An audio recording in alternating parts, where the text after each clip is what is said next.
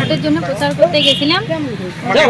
তারপর ওনারা আমাদেরকে প্রচুর গালিগালাজ দিয়েছে আর আমাদেরকে চুলের মুঠি ধরে হেদরায় নিয়ে গেছে।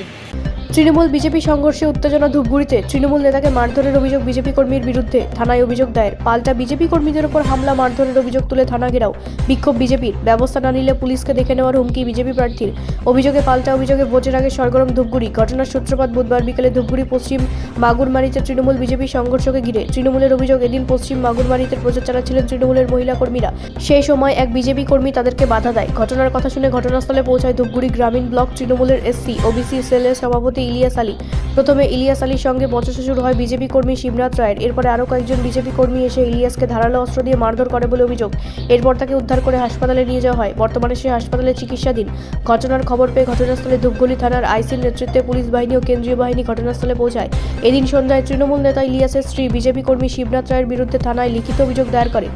এরপর রাতে ধূপগুড়ি বিধানসভার বিজেপি প্রার্থী নরেশ চন্দ্র রায়ের নেতৃত্বে বিজেপি কর্মীরা মিছিল করে থানা ঘেরাও করে।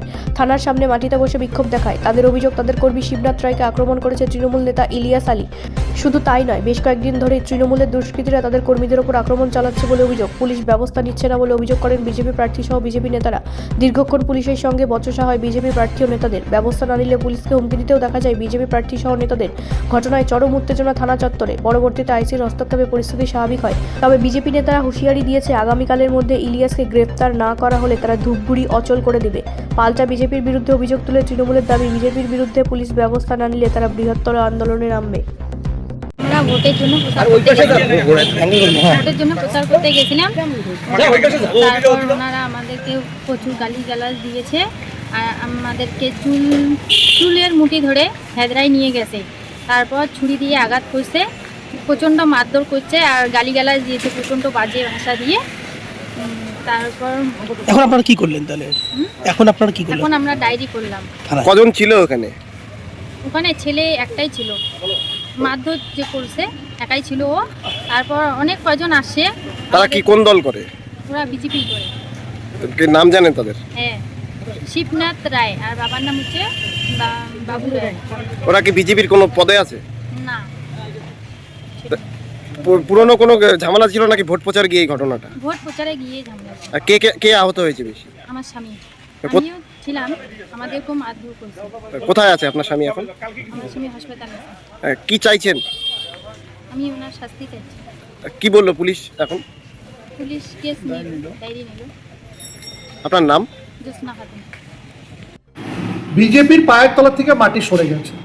বিজেপি জানছে যে তারা এই নির্বাচন ধূপগুড়ি থেকে হাঁটতে চলেছে। সরকার তৃণমূল কংগ্রেসের প্রতিষ্ঠিত হতে চলেছে। সেই কারণে ওরা একটা সন্ত্রাসের আবহাওয়া শুরু করছে। আমরা প্রশাসনের প্রতি আস্থা আছে।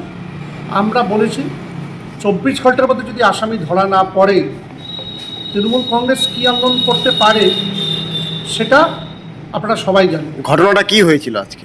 ঘটনা, তৃণমূল কংগ্রেসের যিনি নেত্রী তিনি প্রচারে গিয়েছিলেন। তার যদি কমপ্লেন কারো থাকতেই পারে, সেই কমপ্লেন থাকলে এমসিসিকে জানাবে। তাদের আইন হাতে নেওয়ার ক্ষমতা কোনো বিজেপি নেতা দেওয়া হয়নি। কোনো যদি নির্বাচনী বিধি যদি কেউ ভেঙে থাকে তার জন্য ধূপগুড়িতে এমসিসি টিম আছে, তাদের কাছে লিখিত কমপ্লেন জানাবে, পুলিশ অ্যাকশন নেবে। কিন্তু ভাবছে যে আইন হাতে নেবে, সেটা যেন ভুল ধারণা করে থাকে। তা আপনাদের পরবর্তী পদক্ষেপ? আপনারা ওয়েট অ্যান্ড সি। প্রশাসনের উপর আস্থা রেখেছি আমরা। যদি প্রশাসন সঠিকভাবে পদক্ষেপ গ্রহণ না করে তাহলে আমাদের যা ব্যবস্থা গ্রহণ করার আমরা করব। অন্যায় ভারতীয় জনতা পার্টির কার্যকর্তাদের উপরে অন্যায়ভাবে তাকে হেনস্থা করা হচ্ছে, মারধর হচ্ছে, বাড়িতে গিয়ে মারধর হচ্ছে।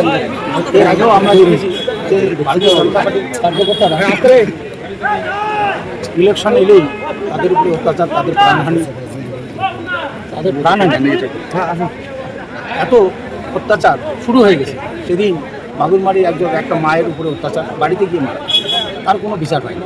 আজকে এই শিবনাথ রায়ের অন্যায়ভাবে তাকে মারার পরেও আর এখানে নামে কেস হয়েছে। এখন এই পরিবারটা বাইরে কোথাও চলে গেছে বাড়িতে। তো আমি এই থানায় আসি এই জন্যে আমি এই পরিবারের সুস্থ বিচার যাতে এই পরিবারটা। কি দাবি জানালেন আইসির কাছে? আমরা আইসির কাছে মূলত কালকে 6টা পর্যন্ত অপরাধীকে গ্রেপ্তার করা আর শিবনারায়ণের যে নামে যে মিথ্যা মামলা আছে শিবনাথ তার মিথ্যা মামলা প্রত্যাহার। তৃণমূল যেটা অভিযোগ করছে তাদের কর্মীর উপরে হামলা চালাইছে, তারপরে আপনাদের কর্মীর নামে তার এফআইআর করেছে থানায়। তৃণমূলের যেটা অভিযোগ সেটা ভিত্তিহীন। তার নিজের বাড়িতে গিয়ে তার নিজের বাড়িতে মারটা হয়েছে, তাহলে শিবনাথের নিজের বাড়িতে, তাহলে ও গিয়ে তার টিএমসি কার্যকর্তার বাড়িতে কখন গেল? ও তো নিজের বাড়িতে মার খেয়েছে। আপনাদেরকে দেখা গেল যে পুলিশকে হুঁশিয়ারি দিলেন, আগামীতে কি আপনারা কি বৃহত্তর আন্দোলনের দিকে যাবেন? নিশ্চিতভাবে যদি আমাদের কার্যকর্তা সঠিক বিচার না পায় তাহলে আমরা বিচার করলাম। পুলিশ কি আশা দিলেন? পুলিশ কালকে 6টা পর্যন্ত গ্রেপ্তার করবেন আর শিবনারায়ণের যে অন্যায়ভাবে যে যার মিথ্যা মামলা হয়েছে সেটা বিচার করবেন। ব্যুরো রিপোর্ট, রাষ্ট্রীয় প্রসার বাংলা।